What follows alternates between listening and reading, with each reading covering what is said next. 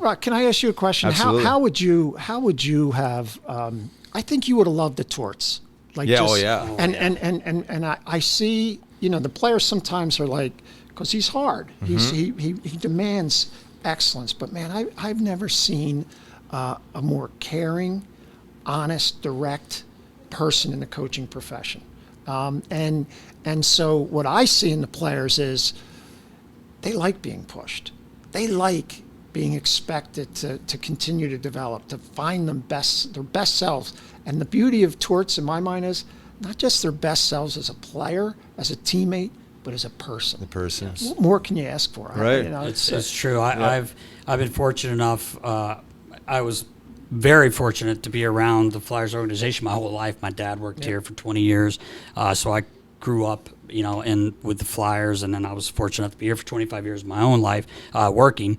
But you're right, I had the opportunity to work with Torts. 70? Yeah. I'm getting. Why do you got to call me out? He's got I'm very sensitive about it. I'm the oldest guy. No, I'm getting up there, but I'm sorry, you look Doug. great. I'm kidding. I'm kidding. No, it's a joke we always have. He's always like, "Yeah, you look 42 this year." Yeah. I'm like, "Yeah, plus 11." But I was going to say I was fortunate enough to. I've worked with Torts quite a few times with USA Hockey, and that's one thing I always tell people. Like, they're like, "Oh, he's crazy." I'm like, "Listen, he's one of the best. Could be possibly the best U.S. born coach. Arguably there is, but the caring part." Like you're talking about, yes, he's a hard coach. He just wants the best. And if you're an athlete, Riley can speak about this, playing in the National Hockey League, you want to be pushed. And like you said, you said you think they enjoy it. I believe it. But Torts, the other side of him, when you're not talking hockey, you can't ask for a better human being. Yeah. Like, he truly cares about you. Every time I see him, he still asks about my son, who he met, when Elvis was back in 2016. He might have been 2, but he always asks how's his family. Elvis is your Elvis is my son. I love that. Yeah. So it's funny, actually. I don't want to get off topic here, but before I forget, last night I had some information on you, and I'm looking at it. And Elvis is reading your. He's on my phone. He's reading about you, and he says, "Dad, Mr. Hilferty got the World Cup here. Wait a minute." Tell me, need tickets. Don't want to put you proud. Just kidding. I said we'll get tickets, but not through Mr. We'll figure that out. Yeah. No, I'm kidding. That's he big. was so. Yeah, I know it's huge. It's We were going to ask you about that as well. But back to Torts. Sorry, I had it before I forgot. But yeah, he's a great human. Yeah. I will add too. I think the biggest thing with guys like Torts is the players just want to know where they stand. They want it black and white. Yep. And very clear, because there's been coaches that we've all had that there's mind games going on. They don't talk to you. There's a lot of this like psychological warfare. No one wants that. It's not good for nobody. So at least you know where you stand with Torts, right? It's very clear. And he's open for dialogue, open door policy, and all that good stuff. So. Yeah, it's funny. Not at your level or your involvement.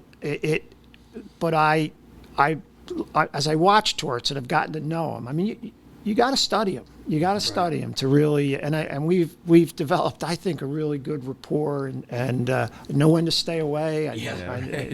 But I listen and learn. But the one thing that, how do I say this? If when I was playing basketball at a very amateur level, and if a coach were as direct as Torts is with his players, I would have gone into a shell it would have taken me a week to recover.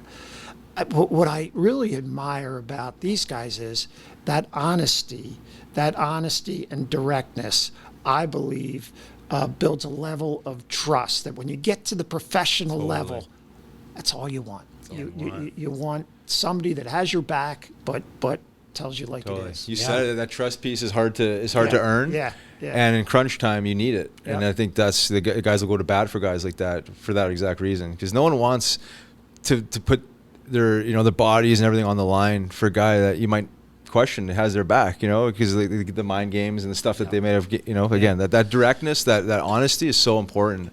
You know what else is cool though with Jonesy and Danny? Like I try to, I'm invited to the GM box because they're working. Right, they're working. Right. I mean, you watch Danny and the two of them are going back and forth, discussing a play, discussing whatever it might be. The assistant coaches are popping in and out, having conversations with them, and I've enjoyed sitting with them, and Jonesy sits in the middle. Danny's over there because I don't want to bug him, and you should see him just taking notes and commenting. And Jones just say, "What'd you see on that play?"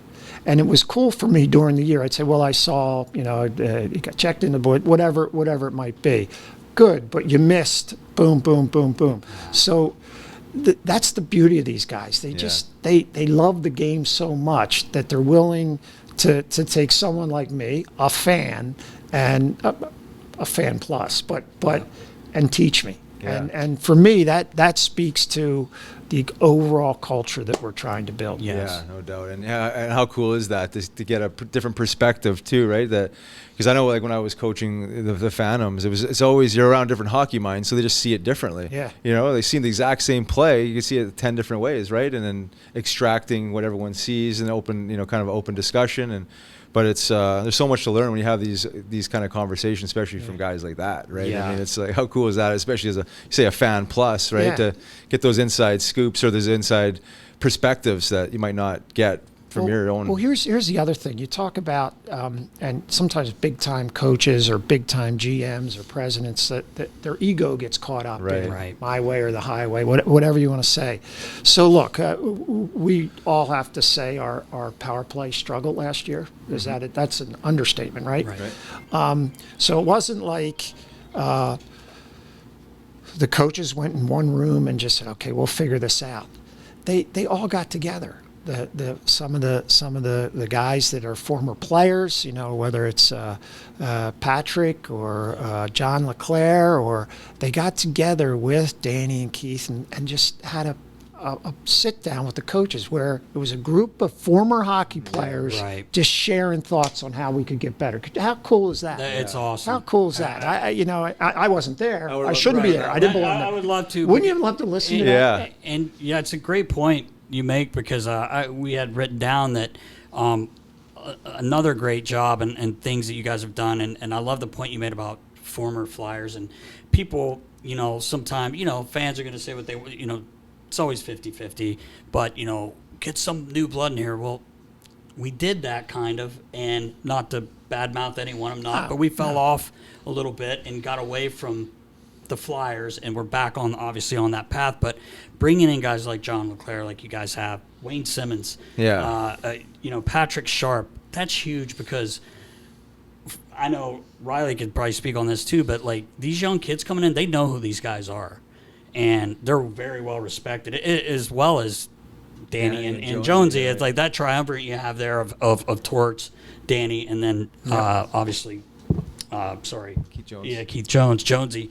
I'm going to tell him. I'm going to tell him you hesitated. Yes, tell him I did. I apologize. He had our sweatshirt on the other day, so I feel bad. But I lost my thought there for a second. But like Torts is Torts. We know Torts. He's going to demand everything out of you. But you saw the difference on the ice. We probably went above and beyond what we thought last year. And it's still disappointing to fall short when you're right there. But still, it's such an improvement.